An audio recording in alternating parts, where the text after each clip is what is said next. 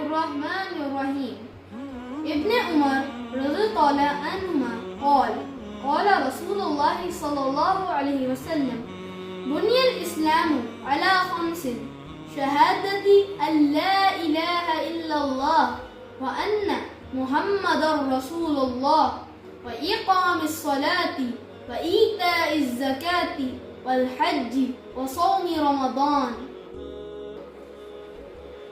حضرت ابن عمر رضی اللہ عنہما سے روایت ہے کہ نبی صلی اللہ علیہ وسلم نے فرمایا اسلام کی بنیاد 5 چیزوں پر رکھی گئی ہے: گواہی دینا کہ اللہ ایک ہے اور رسول اللہ صلی اللہ علیہ وسلم ان کے آخری نبی ہیں، نماز ادا کرنا، زکوٰۃ دینا، حج کرنا اور رمضان کے روزے رکھنا.